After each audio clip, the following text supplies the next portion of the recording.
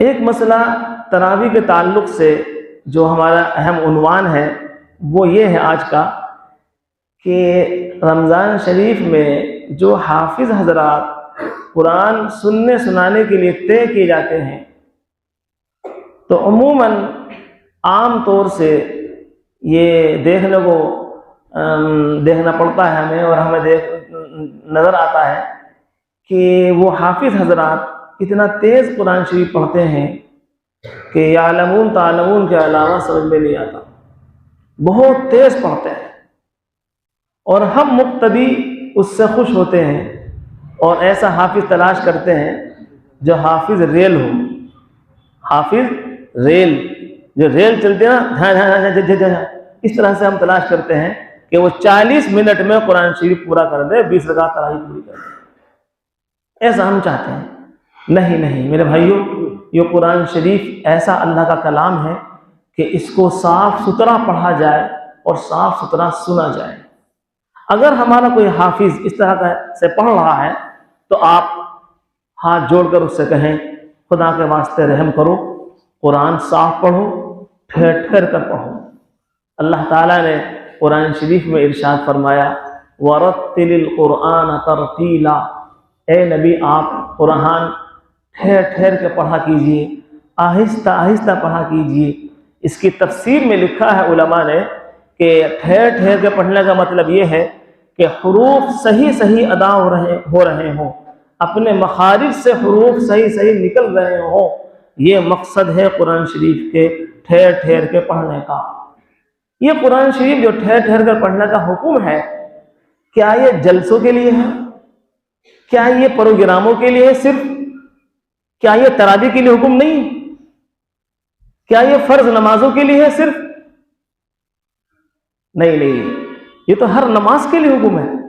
جب بھی قرآن شریف پڑھا جائے گا صاف پڑھا جائے گا، آہستہ سے پڑھا جائے گا، حروف سارے سمجھ میں آ رہے ہوں، اس طرح سے پڑھا جائے گا، تب ہمیں ثواب ملے گا مکمل طور پر۔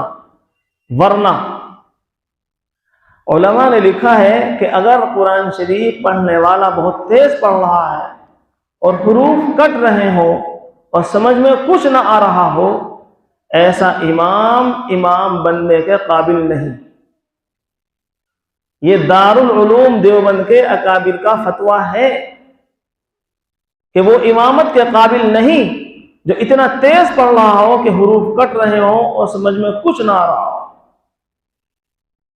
اس لیے اس کا توجہ دیں گے کہ اس مہینے انشاءاللہ ہم ایسا حافظ طے کریں گے جو صحیح قرآن شریف پڑھے، چاہے تراویح کی 20 رکعتیں 1.5 گھنٹے میں پوری ہوں، چاہے 1.25 گھنٹے پوری ہوں، اور چاہے 2 گھنٹے پوری ہوں۔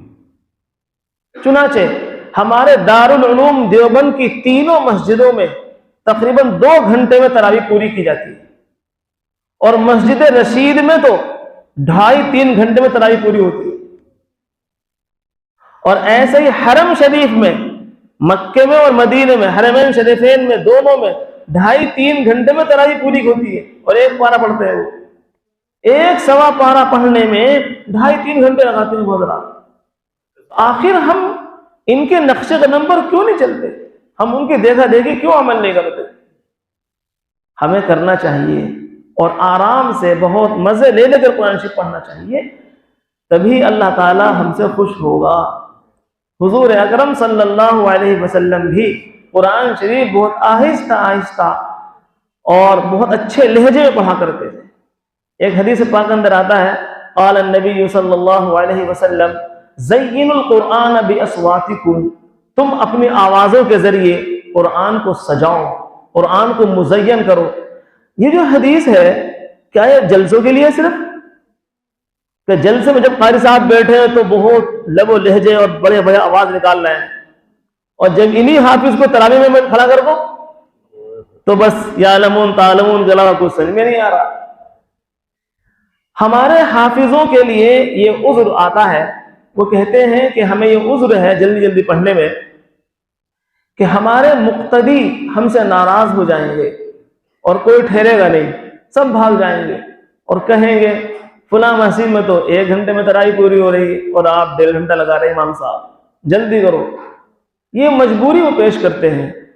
تو کیا یہ مجبوری ان کی درست ہے؟ کیا یہ عذر قابل قبول ہے؟ نہیں نہیں، یہ عذر قابل قبول نہیں. ہمیں مقتدیوں کی اس سلسلے میں پرواہ نہیں کرنی.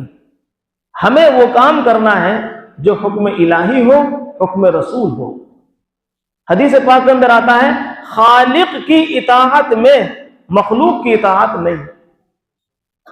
ایک طرف اللہ کا حکم، نبی کا حکم، ایک طرف عام لوگوں کا حکم.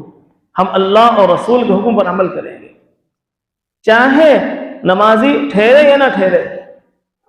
قرآن سننا سنت موقدہ ہے. اگر ہم اس سنت کو زندہ کرنا چاہتے ہیں تو اسی انداز میں پڑھنا ہوگا جس انداز میں اللہ نے، اس کے نبی نے ہمیں حکم دیا ہے. اور اگر آپ اتنی دیر نہیں پڑھ سکتے، اگر کوئی مقتدی اتنی دیر نہیں کھڑے ہو سکتے، کمزور ہیں، تو بیٹھ کے پڑھ لو. کمزور ہو تو بیٹھ کے تراویح جائز ہے. اور اگر بیٹھنا بھی مشکل بن جائے، ہم اتنی دیر بیٹھ بھی نہیں سکتے، ہم بیمار ہیں بہت، کوئی بندہ اگر ایسا کہے تو اپنے گھر جا کر الحمد للہ سے پڑھ لو. لیکن یہاں امام پر زور مت جماؤ کہ جلدی پڑھو. یہ حکم ہے. اگر بیمار ہیں آپ اپنے گھر جائیے، وہاں پڑھ لیجئے تراویح. آپ کی تراویح ہونی چاہیے. وہ تراویح برائے نام تراویح نہیں ہونی چاہیے جس سے نماز فاسد ہو جائے. علماء نے لکھا ہے کہ اگر حروف کٹ رہے ہوں اور حروف کچھ سے کچھ ادا ہو رہے ہوں، جبکہ وہ حروف کے نکالنے پر قادر تھا، پھر بھی اگر وہ صحیح حروف نہ نکالے اور جان بوجھ کر وہ حروفوں کو کاٹ دے تو وہ نماز نہیں ہوگی، وہ نماز ہی نہیں ہوگی، وہ تراویح کی نماز ختم.